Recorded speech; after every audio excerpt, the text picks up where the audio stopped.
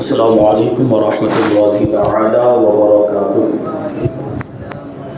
نحمده ونصلي ونسلم على رسوله الكريم اما بعد فاعوذ بالله من الشیطان الرجیم بسم اللہ الرحمن الرحیم انما يخشى الله من عباده العلماء صدق اللہ العظیم۔ ایک مرتبہ بارگاہ رسول علیہ رسول میں درود و سلام کا ہدیہ پیش کریں اور پڑھیں اللہم صلی علی سیدنا و مولانا محمد معدن الجود والکرم وآلہ الکرام وابنہ الکریم وبارک وسلم صلاۃ و سلام علیک یا رسول اللہ صلی اللہ تعالی علیہ وسلم۔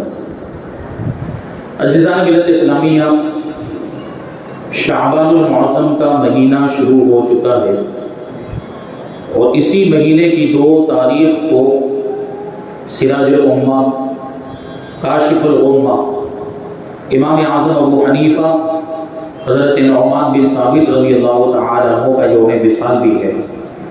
اسی مناسبت سے آج انشاءاللہ تبارک و تعالی ہم اپنے امام کا تذکرہ کریں گے۔ الحمدللہ ہم حنفی ہیں، یعنی امام اعظم ابو حنیفہ رضی اللہ تعالی عنہ کے پیروکار ہیں، ان کے مقلد ہیں، ان کی تقلید کرنے والے ہیں۔ 4 مسلک ہیں، مسلک حنفی، مسلک شافعی، مسلک مالکی اور مسلک حنبلی۔ ان چاروں مسلکوں میں ہمارا مسلک حنفی سے تعلق ہے۔ تقلید کا مطلب ہی ہوتا ہے کہ کسی امام کے قول کو بغیر دلیل کے مان لینا اور اس پہ عمل کرنا۔ تو ہم امام اعظم ابو حنیفہ کی تقلید کرتے ہیں، یعنی ان کے قول کو بغیر دلیل کے مان لیتے ہیں۔ اور ایسا کیوں؟ بغیر دلیل کے کیوں مان لیتے ہیں؟ تقلید کا مطلب ہی یہ ہوتا ہے کیونکہ ہمارے آپ کے اندر اتنی صلاحیت نہیں، ہمارے آپ کے پاس وہ ملکہ نہیں، وہ علم نہیں کہ ہم ڈائریکٹ قرآن اور حدیث سے مسائل نکال کر اس پر عمل کر سکیں۔ اسی وجہ سے کسی نہ کسی امام کی پیروی اور تقلید ضروری ہے، کیونکہ ان اماموں کو اللہ تبارک و تعالیٰ نے وہ صلاحیت عطا فرمائی، ان اماموں کو اللہ تبارک و تعالیٰ نے وہ ملکہ عطا فرمایا، وہ علم عطا فرمایا۔ یہ اجتہاد کے درجے پر فائز تھے، یعنی اللہ تبارک و تعالیٰ نے ان کو ایسی صلاحیت عطا فرمائی تھی کہ یہ قرآن و حدیث سے مسائل نکال سکتے تھے، اور انہوں نے نکال کر ہمیں دیے، تو ہمیں اس پر عمل کرنا ہے۔ اسی وجہ سے تقلید ضروری ہے۔ امام اعظم ابو حنیفہ رضی اللہ تعالیٰ عنہ کی ہم تقلید کرتے ہیں۔ اللہ تبارک و تعالیٰ کا احسان ہے کہ اس نے ہمیں امام عطا فرمایا، تو وہ بھی امام اعظم عطا فرمایا، کیونکہ امام اعظم کا مطلب یہ ہوتا ہے سب سے زیادہ عظمت والا امام، اور سب سے بڑی شان اماموں میں امام اعظم ابو حنیفہ رضی اللہ تعالی عنہ کی ہے، اور آپ کے مقلدین بھی بڑے خوش نصیب ہیں۔ دیکھیں، امام اعظم ابو حنیفہ رضی اللہ تعالی عنہ کے تعلق سے کچھ باتیں عرض کروں، اس سے پہلے یہ بات آپ سماعت کر لیں کہ ہم امام اعظم کے مقلد ہونے کی وجہ سے کتنے خوش نصیب ہیں۔ امام اعظم ابو حنیفہ رضی اللہ تعالی عنہ نے اپنی زندگی میں 55 حج فرمائے۔ کتنے؟ 55 حج فرمائے۔ جب آخری حج کرنے کے لیے تشریف لے گئے تو جو خانہ کعبہ کے خدام ہوتے ہیں، خادم، ان سے عرض کیا کہ میرے لیے خانہ کعبہ کا دروازہ کھولا جائے تاکہ مجھے اندر داخل ہونے کی سعادت نصیب ہو جائے۔ تو امام اعظم ابو حنیفہ رضی اللہ تعالیٰ عنہ کے لیے خانہ کعبہ کے خدام نے دروازے کو کھول دیا، اور امام اعظم ابو حنیفہ رضی اللہ تعالیٰ عنہ بڑی عاجزی اور انکساری کے ساتھ خانہ کعبہ کے اندر داخل ہو گئے اور اندر عبادت میں مشغول ہو گئے۔ 2 ستونوں کے درمیان امام اعظم ابو حنیفہ رضی اللہ تعالیٰ عنہ نے 2 رکعت نفل نماز ادا فرمائی، اور پھر مناجات میں مشغول ہو گئے، دعا میں مشغول ہو گئے، رو رو کر گر گلا کر اللہ تبارک و تعالیٰ کی بارگاہ میں دعا کرنے لگ گئے۔ ابھی دعا کر ہی رہے تھے، ابھی مناجات کر ہی رہے تھے کہ خانہ کعبہ کے ایک کونے میں سے آواز آئی، کوئی پکارنے والا پکار کر کے رہا تھا کہ اے ابو حنیفہ، تو نے ہماری اچھی طرح سے معرفت حاصل حاصل کر لی اور خلوص سے دل کے ساتھ تو نے خدمت کا فریضہ بھی انجام دیا ہے، اور اس کا انعام تجھے یہ دیا جاتا ہے کہ ہم نے تجھے بھی بخش دیا اور ان سارے لوگوں کو بھی بخش دیا جو قیامت تک تیری پیروی کریں گے۔ یعنی قیامت تک جو بھی امام اعظم ابو حنیفہ کے مقلد ہوں گے بشرط ایمان ان کی بخشش ہو گئی، ان کے گناہوں کی مغفرت ہو گئی، یہ امام اعظم ابو حنیفہ رضی اللہ تعالیٰ عنہ کے صدقے، ان کی تقلید کرنے کی وجہ سے، ان کی نسبت کی وجہ سے یہ امام اعظم ابو حنیفہ رضی اللہ تعالیٰ عنہ ہے۔ یہ تو اللہ تبارک و تعالیٰ کی بارگاہ میں آپ کا مقام و مرتبہ۔ اب دیکھیں کہ رسول پاک صلی اللہ علیہ وسلم کی بارگاہ میں آپ کا کیا مقام ہے، تو اللہ کے رسول صلی اللہ علیہ وسلم کی بارگاہ میں ایک مرتبہ امام اعظم ابو حنیفہ رضی اللہ تعالیٰ عنہ حاضر ہوئے رسول پاک صلی اللہ علیہ وسلم کے روضہ مبارکہ پر، تو سلام عرض کیا، ہم اور آپ بھی جاتے ہیں تو سلام پیش کرتے ہیں، امام اعظم ابو حنیفہ نے بھی سلام پیش کیا، عرض کیا السلام علیکہ یا سید المرسلین، اے رسولوں کے سردار آپ پر سلامتی ہو۔ اب اللہ کے رسول صلی اللہ علیہ وسلم نے جواب عنایت فرمایا، ہم اور آپ سلام کرتے ہیں، ہمارا عقیدہ ہمارا ایمان ہے کہ رسول پاک صلی اللہ علیہ وسلم ہمارے سلام کا بھی جواب عطا فرماتے ہیں۔ یہ الگ بات ہے کہ ہمارے کانوں میں وہ طاقت نہیں ہے کہ ہم حضور کے جواب کو سن سکیں، لیکن یہ امام ہے، وہ بھی کیسے امام؟ امام اعظم ابو حنیفہ رضی اللہ تعالیٰ عنہ، کتنا بلند و بالا مقام و مرتبہ۔ جب سلام عرض کیا حضور پاک صلی اللہ علیہ وسلم کی بارگاہ میں، یہ کہا السلام علیکہ یا سید المرسلین، تو روضہ مبارکہ سے جواب آیا وعلیکہ السلام یا امام المسلمین، کہ اے مسلمانوں کے امام تم پر بھی سلامتی ہو۔ دیکھیں امام اعظم ابو حنیفہ کو یہ جو مسلمانوں کے امام ہیں، اس کی سند، امامت کی سند رسول پاک صلی اللہ علیہ وسلم کی بارگاہ سے عطا ہوئی کہ آپ مسلمانوں کے امام ہیں۔ یہ حضور پاک صلی اللہ علیہ وسلم نے آپ کو فضیلت عطا فرمائی، یہ لقب آپ کو ملا ہے حضور پاک صلی اللہ علیہ وسلم کی بارگاہ سے۔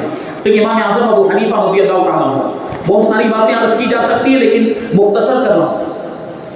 ابتدائی تعلیم حاصل کرنے کے بعد امام اعظم ابو حنیفہ رضی اللہ تعالیٰ عنہ تجارت میں مشغول ہو گئے اور تعلیم کا سلسلہ موقوف ہو گیا، لیکن ظاہر سی بات ہے اللہ تبارک و تعالیٰ کو آپ سے کچھ اور ہی کام لینا تھا، اس لیے ایک مرتبہ امام اعظم ابو حنیفہ رضی اللہ تعالیٰ عنہ کوفے کے بازار سے جا رہے تھے، کوفہ میں پیدا ہوئے تھے، کوفہ جو عراق میں ہے، بازار سے جا رہے تھے کہ سامنے سے اس زمانے کے مشہور بزرگ اور بہت بڑے محدث اور فقیہ امام شعبی رضی اللہ تعالیٰ عنہ تشریف لا رہے تھے۔ امام شعبی رضی اللہ تعالیٰ عنہ نے جب امام اعظم ابو حنیفہ رضی اللہ تعالیٰ عنہ کو دیکھا، چھوٹی عمر ہے، تو پوچھا کہ کہاں جا رہے ہو، کیا کام کرتے ہو؟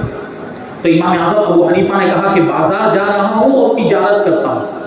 تو امام شعبی رحمۃ اللہ تعالیٰ نے فرمایا کہ میں تمہاری پیشانی میں علم و فضل اور دانش مندی کے آثار دیکھ رہا ہوں، تم علماء کی صحبت میں بیٹھا کرو، مطلب علم حاصل کرو۔ امام اعظم فرماتے ہیں کہ اس جملے کا مجھ پر ایسا اثر ہوا کہ میں نے پھر تجارت اور کاروبار کو چھوڑ کر علم حاصل کرنے میں اپنے آپ کو مشغول کر لیا، اور پھر پوری زندگی علم حاصل کرنے میں گزار دی اور لوگوں کو علم سکھانے میں گزار دی۔ یہ امام اعظم ابو حنیفہ رضی اللہ تعالیٰ عنہ کی زندگی میں کایا پلٹ کا واقعہ اس طریقے سے پیش آیا۔ امام اعظم ابو حنیفہ رضی اللہ تعالیٰ عنہ کی ایک اور فضیلت آپ کو بتاؤں، آپ کا شمار تابعین میں بھی ہوتا ہے۔ تابعی کا مطلب کیا ہوتا ہے؟ تابعی وہ خوش نصیب مسلمان جس نے اپنے ماتھے کی آنکھوں سے کسی صحابی کا دیدار کیا۔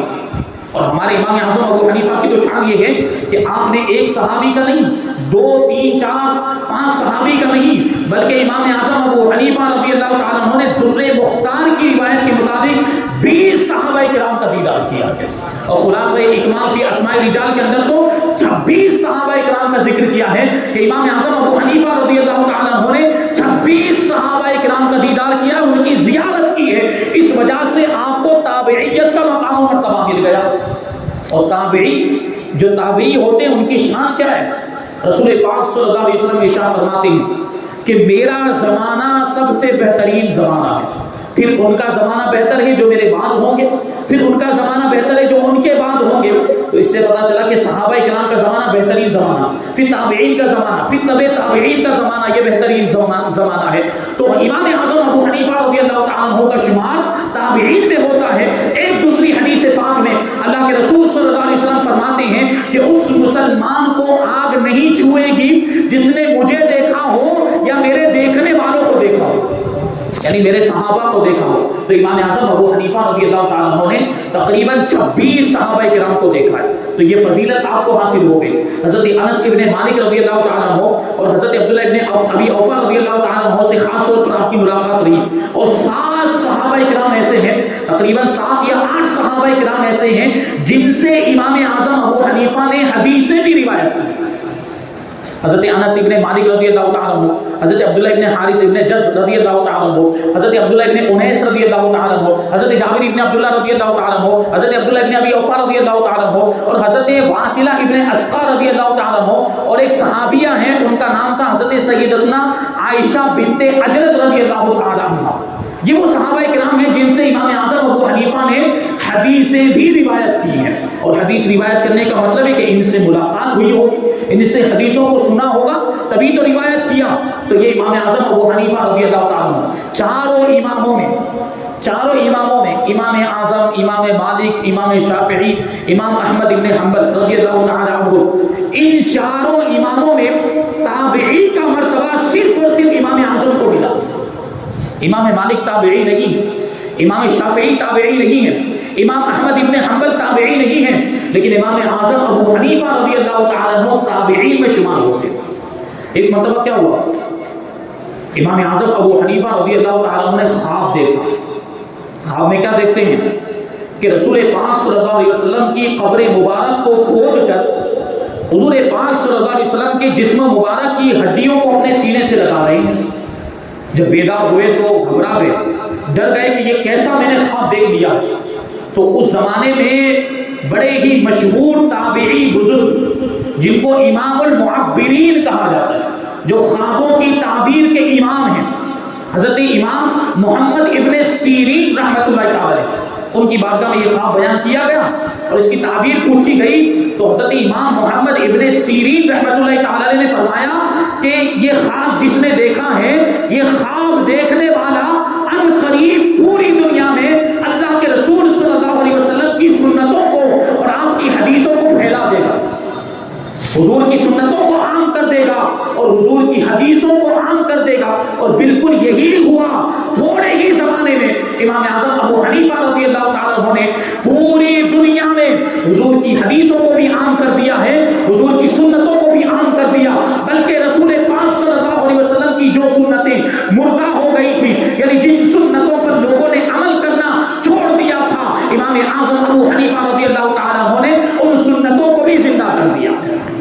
جیسا کہ دوسری حدیث پاک میں اللہ کے رسول صلی اللہ علیہ وسلم نے ارشاد فرمایا کہ میری امت میں ایک مرد ایسا ہوگا جس کو ابو حنیفہ کہا جائے گا۔ دیکھیں حضور نے پہلے یہ ارشاد فرما دیا، اگرچہ اس حدیث پر کلام کیا گیا ہے لیکن اس سے مراد امام اعظم ابو حنیفہ کی ذات ہے۔ حضور فرماتے ہیں، حضرت ابو ہریرہ رضی اللہ تعالیٰ عنہ راوی ہے کہ میری امت میں ایک مرد ایسا ہوگا جس کی کنیت ابو حنیفہ ہوگی، جس کو نعمان کہا جائے گا، وہ اللہ کے دین کو اور میری سنتوں کو زندہ کر دے گا۔ یہ کام امام اعظم ابو حنیفہ سے لیا گیا، یہ ہمارے امام اعظم کی شان۔ چلو اس حدیث پر تو کلام کیا گیا، لیکن ایک حدیث ایسی ہے جس پر سارے محدثین کا اتفاق ہے اس کے صحیح ہونے پر۔ وہ کون سی حدیث ہے؟ مختلف الفاظ میں وہ حدیث مروی ہے۔ اللہ کے رسول صلی اللہ علیہ وسلم نے ارشاد فرمایا کہ اگر علم ثریا کے پاس ہو، ثریا جی یہ ستارہ ہے ساتوں آسمان کے اوپر، حضور فرماتے ہیں کہ اگر علم ثریا کے پاس ہو تو فارس کے مردوں میں سے ایک مرد وہاں سے بھی علم کو لے کر آئے گا۔ محدثین فرماتے ہیں کہ یہ فارس کے مردوں میں سے جس مرد کی بات چل رہی ہے یہ کوئی اور نہیں بلکہ یہ امام اعظم ابو حنیفہ رضی اللہ تعالیٰ عنہ، کیونکہ آپ کے آبا و اجداد کا تعلق ملک فارس سے تھا، وہ فارسی نسل تھے اور وہاں سے ہجرت کر کے کوفہ تشریف لائے تھے، اور امام اعظم ابو حنیفہ رضی اللہ تعالیٰ عنہ کی کوفہ میں ولادت ہوئی ہے۔ 70 ہجری میں یا 80 ہجری میں امام اعظم کی ولادت کوفہ میں ہوئی، لیکن آپ کے آبا و اجداد کا تعلق ملک فارس سے تھا، وہ فارسی نسل تھے، اور یہ تاریخ کے اوراق میں بات یہ روشن حروف کے اندر لکھی ہوئی ہے، سنہری حروف میں لکھی ہوئی ہے کہ ملک فارس میں سب سے بڑا کوئی عالم ہوا ہے، اہل فارس سے تعلق رکھنے والا اگر کوئی سب سے بڑا عالم ہوا ہے، فارسی نسل اگر سب سے بڑا کوئی عالم ہوا ہے تو وہ کوئی اور نہیں بلکہ امام اعظم ابو حنیفہ رضی اللہ تعالیٰ عنہ۔ تو جو سریا کی بات کی گئی تھی کہ اگر علم سریا کے پاس بھی ہوگا، سریا ستارے کے پاس بھی ہوگا، تو فارس کے مردوں میں سے ایک جوان مرد وہاں سے بھی علم کو حاصل کر لے گا اور لوگوں میں تقسیم کرے گا۔ تو اس کے بارے میں اکثر محدثین نے اور شارحین حدیث نے اور علماء نے فرمایا ہے کہ یہ فارس کے مردوں میں سے ایک مرد کی جو بات چل رہی ہے اس سے مراد امام اعظم ابو حنیفہ رضی اللہ تعالیٰ عنہ۔ تو یہ شان ہے ہمارے امام کی، امام اعظم ابو حنیفہ رضی اللہ تعالیٰ عنہ۔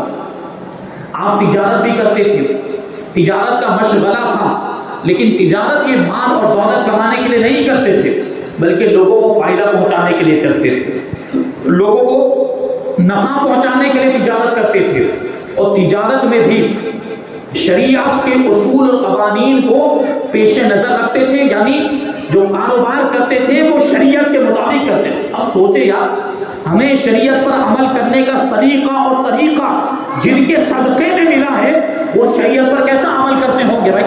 ہمیں نماز کا طریقہ کہاں سے ملا ہے؟ ہمیں روزہ رکھنے کے مسائل اور احکام کہاں سے ملے؟ ہمیں زکوٰۃ کے احکام و مسائل کہاں سے ملیں گے؟ اور دوسرے جو معاملات ہیں اس کے مسائل اور احکام، تفصیلی احکام ہم تک کس کے ذریعے سے پہنچے؟ امام اعظم ابو حنیفہ کے ذریعے سے پہنچے، تو وہ کیسے شریعت پر کیسا عمل کرتے ہوں گے؟ تو وہ تجارت اس انداز میں کرتے تھے، اسی وجہ سے لوگ آپ کی طرف متوجہ ہوتے۔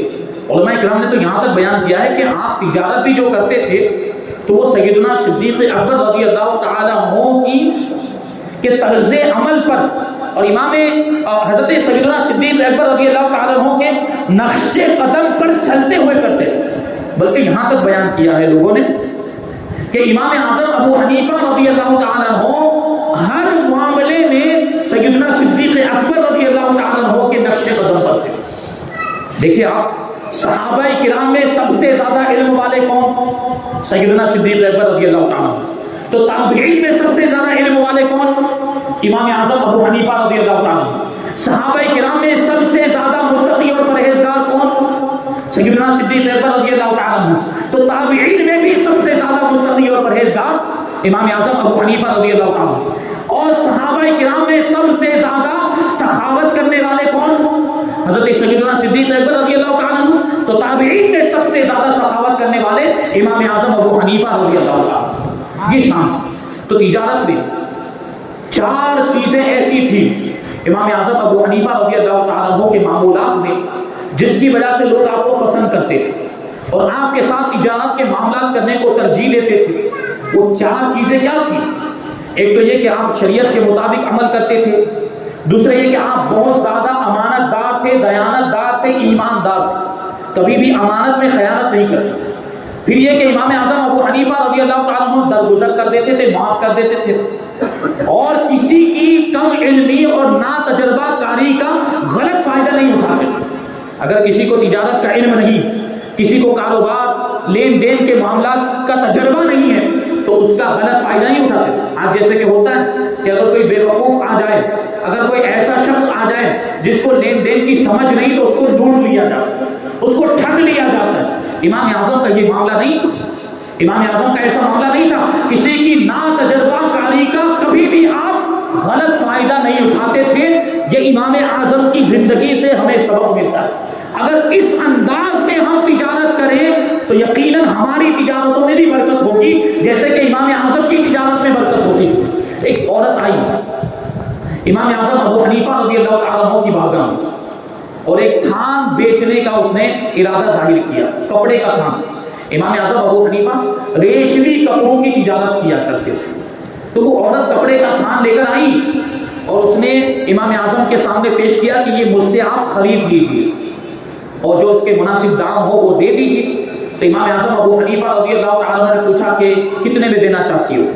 تو اس نے کہا 100 درہم میں۔ اب دیکھیں وہ کپڑا 100 درہم کا نہیں تھا بلکہ وہ زیادہ قیمت کا تھا۔ وہ اس سے مہنگا تھا.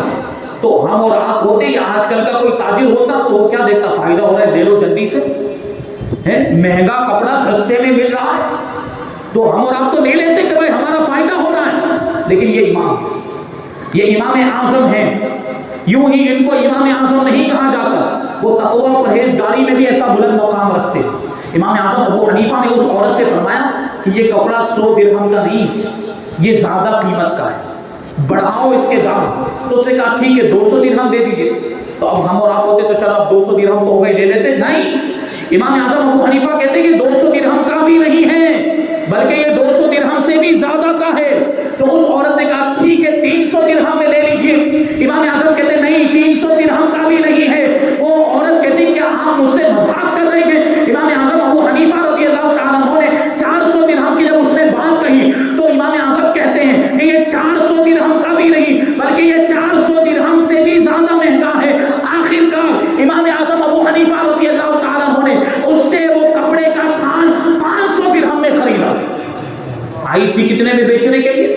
100 درہم میں بیچنے کے لیے آئی تھی, لیکن امام اعظم نے کتنے میں خریدا؟ امام اعظم نے 500 درہم میں خریدا. دیکھیے یہ امام اعظم کی دیانتداری, یہ آپ کی ایمانداری کہ وہ جتنے کا کپڑا تھا, حالانکہ ہول سیل میں خرید رہے ہیں آپ, ریٹیل میں نہیں خرید رہے ہیں, لیکن ہول سیل کے مطابق بھی وہ زیادہ قیمت کا تھا. اس عورت کو پتہ نہیں ہوگا, اس عورت کو تجربہ نہیں تھا کہ مارکیٹ میں کتنے میں بکتا ہے, لوگ کتنے میں لیتے ہیں, اس کو تجربہ نہیں تھا. تو امام اعظم ابو حنیفہ نے اس کی کم علمی کا غلط فائدہ نہیں اٹھایا بلکہ اس کو صحیح قیمت بتائی, اس کے صحیح دام بتائے, اور جو اس کے صحیح دام تھے اتنے میں ہی امام اعظم نے اس کو خریدا. یہ امام اعظم کی زندگی سے ہمیں سبق ملتا. اور کبھی تو ایسا ہوتا کہ امام اعظم ابو حنیفہ رضی اللہ تعالیٰ عنہ سامنے والے کی ضرورت کو دیکھتے ہوئے, اگر کوئی غریب آ جاتا تو اس کی حالت کو دیکھتے ہوئے اپنا منافع بھی نہیں لیتے تھے, جتنے میں وہ کپڑا پڑا اتنے میں ہی دے دیا کرتے, بلکہ کبھی کبھی تو سامنے سے اس کی مدد کر دیا کرتے. ایک بوڑھی عورت آئی اور امام اعظم ابو حنیفہ سے کہنے لگی کہ مجھے یہ کپڑا چاہیے لیکن میں غریب ہوں, میرے میں اتنی استطاعت نہیں ہے کہ اس کی پوری قیمت ادا کر سکوں. آپ ایک کام یہ کیجئے کہ یہ کپڑا جتنے میں آپ کو پڑا ہے اتنے میں مجھے دے دیجئے, یہ کپڑا جتنے میں آپ کو پڑا ہے اتنے میں مجھے دے دیجئے. تو امام اعظم ابو حنیفہ کیا فرماتے, لو ٹھیک 4 درہم میں لے جاؤ. اب وہ بوڑھی عورت جانتی تھی کہ یہ کپڑا 4 درہم کا نہیں ہے بلکہ یہ کپڑا مہنگا ہے, یعنی تاجروں کو بھی 4 درہم میں نہیں پڑتا ہے یہ کپڑا. تو وہ بڑھیا کہنے لگی کہ کیا آپ میرے ساتھ مذاق کر رہی ہیں, یہ 4 درہم میں تھوڑی ملتا ہے یہ کپڑا, آپ 4 درہم میں مجھے دینا چاہتے ہیں؟ تو امام اعظم ابو حنیفہ رضی اللہ تعالیٰ عنہ نے ارشاد فرمایا کہ میں نے 2 کپڑے ایک ساتھ میں خریدے تھے, میں نے 2 کپڑے ایک ساتھ میں خریدے تھے. ایک کپڑے کو میں نے اتنے دام میں بیچ دیا کہ جتنے دام میں یہ دونوں آئے تھے اس سے 4 درہم کم میں میں نے ایک کپڑے کو بیچ دیا ہے. تو اس کا مطلب یہ ہے کہ یہ باقی کا جو کپڑا ہے وہ مجھے 4 درہم میں پڑا ہے, اس لیے یہ 4 درہم میں لے کر چلے جاؤ, یہ 4 درہم میں تمہیں دینے کے لیے تیار. دیکھیے وہ پہلے والے کپڑے کا بھی منافع ختم اور اس کا بھی کوئی منافع نہیں. 4 درہم میں امام اعظم ابو حنیفہ رضی اللہ تعالیٰ عنہ نے اس کی حالت کو دیکھتے ہوئے, کیونکہ وہ غریب تھی, اپنا منافع نہیں لیا, 4 درہم میں وہ کپڑا اس بوڑھی عورت کو دے دیا. یہ امام اعظم ابو حنیفہ رضی اللہ تعالیٰ عنہ کا خیر خواہی کا اور ہمدردی کا جذبہ تھا, اور تقوی پرہیزگاری کا عالم کیا تھا. ایک مرتبہ کیا ہوا کہ ایک تھان ایسا تھا جس میں کوئی عیب تھا, کوئی نقص تھا, کوئی خرابی تھی, ڈیفیکٹ تھا. تو امام اعظم ابو حنیفہ رضی اللہ تعالیٰ عنہ نے اپنے ملازم سے کہا کہ دیکھو یہ جو کپڑا ہے, یہ کپڑے کا جو تھان ہے اس میں عیب موجود ہے, اس میں خرابی ہے, یہ ڈیفیکٹیو ہے. تو جب تم اس کو بیچنے لگو تو خریدار کو بتا کر دینا کہ اس میں یہ عیب پایا جاتا ہے. دیکھیں یہ ایمانداری کیا فرماتے ہیں, خریدار کو بتا کر دینا. آج کے زمانے میں تو کیا ہوتا ہے, اگر عیب ہو تو اس کو اور چھپایا جاتا ہے کہ خریدار کو پتہ نہ چلے, اور دھوکہ دے کر وہی بیچ دیا جاتا ہے. ہوتا ہے کہ نہیں ہوتا, عیب کو اندر لپیٹ دیا جاتا ہے کہ اس کو نہ دکھے, نظر نہ آئے, یا لیپا پوٹی کر دی جاتی ہے. لیکن یہ امام ہے, امام اعظم ابو حنیفہ رضی اللہ تعالیٰ عنہ نے کیا فرمایا کہ جب اس کپڑے کو بیچنے لگو تو اس کا عیب بیان کر دینا, خریدار کو بتا کر دینا. اب کیا ہوا, اور وہ جو ملازم تھے وہ مشغول ہو گئے بیچنے میں، انہوں نے پورا دن جو ہے کہ کاروبار کیا، بہت سارے کپڑے بیچے، کپڑوں کے تھان بھی بیچے، لیکن وہ بتانا بھول گئے، وہ عیب والا جو کپڑا تھا وہ بتانا بھول گئے، اس کو بھی بیچ دیا، لینے والا لے کر چلا بھی گیا۔ شام کو امام اعظم ابو حنیفہ رضی اللہ تعالیٰ عنہ تشریف لائے اور پورے دن کا حساب لیا اور پوچھا کہ وہ جو تھان تھا، وہ جو کپڑا تھا جس میں عیب تھا، اس کا کیا ہوا، اس کو تم نے بیچا؟ تو ملازم نے کہا کہ ہاں میں نے بیچ دیا۔ امام اعظم نے پوچھا کیا وہ عیب بتا کر بیچا ہے؟ اس میں جو خرابی تھی، اس میں جو کمی تھی، وہ بتا کر بیچا ہے؟ تو وہ جو ملازم تھا وہ جواب دیتا ہے کہ حضور میں بتانا بھول گیا، میں نہیں بتا پایا، اور اس عیب کے ساتھ ہی میں نے وہ کپڑا بیچ دیا ہے۔ اب کون خرید کر لے گیا، خریدار کون تھا، کہاں سے آیا تھا، کہاں چلا گیا، کچھ نہیں پتا ہے، اور اس کو ڈھونڈنا بھی ممکن نہیں تھا کیونکہ جانتے پہچانتے نہیں تھے۔ تو اس پر کیا ہوا، آپ کو تعجب ہوگا، امام اعظم ابو حنیفہ رضی اللہ تعالیٰ عنہ نے پورے دن میں جتنے بھی کپڑے بیچے گئے تھے، کپڑے کے جتنے بھی تھان بیچے گئے تھے، اس کے جو بھی دام حاصل ہوئے تھے وہ سارے دام غریبوں میں تقسیم کروا دیے۔ اور آپ کو جان کر تعجب ہوگا کہ وہ قیمت کتنی بنتی ہے، وہ قیمت بنتی تھی 30,000 درہم۔ 30,000 درہم پورے دن کی جو کمائی ہوئی تھی امام اعظم نے فقیروں میں تقسیم کروا دی، غریبوں کو صدقہ کر دیا۔ امام اعظم ابو حنیفہ سوچے کہ 30 درہم، 30,000 درہم اس زمانے کے اعتبار سے ابھی ہم اندازہ لگائیں تو کتنے زیادہ ہوتے، 30,000 درہم۔ امام اعظم ابو حنیفہ نے اس ایک ڈیفیکٹیو کپڑے کی وجہ سے، اس ایک عیب والے تھان کی وجہ سے ساری جو قیمت اور اس دن کے اندر جو بکری ہوئی تھی اور جو بھی دام حاصل ہوئے تھے، سارے داموں کو غریبوں میں تقسیم کروا دیا۔ یہ امام اعظم کا تقویٰ ہے، ہمیں اس سے سبق حاصل کرنا چاہیے۔ حقوق العباد کے تعلق سے امام اعظم ابو حنیفہ رضی اللہ تعالیٰ عنہ بہت زیادہ احتیاط سے کام لیا کرتے تھے، کیونکہ حقوق العباد کا جو معاملہ ہے بڑا نازک ہے کہ بندے کے حق میں اگر کوئی گرفتار ہو جائے تو جب تک وہ بندہ معاف نہیں کرتا ہے اللہ بھی معاف نہیں کرتا۔ مثال کے طور پر اگر آپ نے کسی کا 1 روپیہ دبا لیا ہے تو جب تک جس کا روپیہ دبایا ہے وہ معاف نہیں کرے گا اللہ بھی معاف نہیں کرے گا۔ تو یہ امام اعظم کی زندگی سے ہمیں سبق ملتا ہے۔ دیکھیے حقوق العباد کی بات آئی تو ایک واقعہ یاد آ رہا ہے، وہ عرض کر کے اپنی گفتگو کو ختم کروں۔ ایک مجوسی تھا، مجوسی مطلب آتش پرست، آگ کی پوجا کرنے والا۔ وہ امام اعظم ابو حنیفہ رضی اللہ تعالیٰ عنہ کا مقروض تھا، یعنی اس نے امام اعظم کے پاس سے قرضہ لیا ہوا تھا۔ امام اعظم ابو حنیفہ رضی اللہ تعالیٰ عنہ ایک مرتبہ اس سے قرضہ وصول کرنے کے لیے تشریف لے جا رہے تھے، اس کے مکان پر تشریف لے جا رہے تھے کہ راستے میں اس کے مکان کے قریب کیچڑ تھا، تو کیچڑ میں امام اعظم ابو حنیفہ رضی اللہ تعالیٰ عنہ کا پاؤں پڑ گیا، جوتے میں کیچڑ لگ گیا۔ اب امام اعظم ابو حنیفہ اس جوتے سے کیچڑ کو صاف کرنے لگ گئے، اور صاف کرنے میں وہ کیچڑ اڑا اور اڑ کر اس مجوسی کے مکان کی دیوار پر جا کر لگ گیا۔ اب آپ تقویٰ دیکھیں گے، اب امام اعظم کا خوف خدا دیکھیں آپ، وہ جب کیچڑ اس کی دیوار پر لگ گیا، امام اعظم پریشان کہ اس کو صاف کرے تو کیسے کرے۔ یہ آج کے زمانے کی طرح یہ پکی دیواریں نہیں ہوتی تھی، یہ اس طرح کا پلسٹر نہیں ہوتا تھا، اس زمانے میں مٹی کی دیواریں ہوتی تھی، مٹی کی پھٹائی کی جاتی تھی اس پر۔ امام اعظم ابو حنیفہ نے سوچا کہ اگر میں اس کو صاف کرتا ہوں تو وہ دیوار کی مٹی بھی اکھڑ جائے گی، اور اگر اس کو ایسے ہی رہنے دیتا ہوں تو یہ دیوار عیبدار ہو گئی ہے، دیوار خراب لگ رہی ہے کیچڑ لگ جانے کی وجہ سے۔ امام اعظم اسی شش و پنج میں تھے، آپ نے دروازے پر دستک دی، وہ مجوسی باہر نکلا۔ مجوسی نے تو یہ سوچا کہ امام اعظم میرا قرضہ لینے کے لیے آئے ہوئے، وہ قرضہ مانگیں گے ابھی، تو وہ ٹال مٹول کرنے لگ گیا، بہانے بنانے لگ گیا، یہ تو قرضہ وصول کرنے کے لیے آئے ہیں۔ لیکن امام اعظم ابو حنیفہ رضی اللہ تعالیٰ عنہ فرماتے ہیں کہ قرضے کو ابھی سائڈ پر رکھو، پہلے یہ بتاؤ کہ دیوار کو کیسے صاف کیا جائے۔ قرضے کو بھی سائڈ پر رکھو، پہلے یہ بتاؤ کہ دیوار کو صاف کرنے کی کیا صورت ہوگی، دیوار کو صاف کرنے کا کیا طریقہ ہوگا کہ اگر میں دیوار کو صاف کروں تو مٹی بھی اکھڑ جا رہی ہے، اور اس کو ایسے ہی رہنے دیا جائے تو تمہاری دیوار عیبدار ہو گئی ہے، تمہاری دیوار خراب ہو گئی ہے، تو اس کے صاف کرنے کا طریقہ کیا ہوگا، اس کے صاف کرنے کی کیا صورت ہوگی، تم مجھے بتاؤ، کیونکہ میں اس کے تعلق سے پریشان ہوں، میں اس کے تعلق سے فکر مند ہوں۔ جب اس نے آپ کا تقویٰ دیکھا، جب اس نے آپ کا خوف الہی دیکھا، جب اس نے حقوق العباد کے تعلق سے آپ کی یہ احتیاط دیکھی، اس کے دل کی دنیا تبدیل ہو گئی۔ وہ مجوسی امام اعظم ابو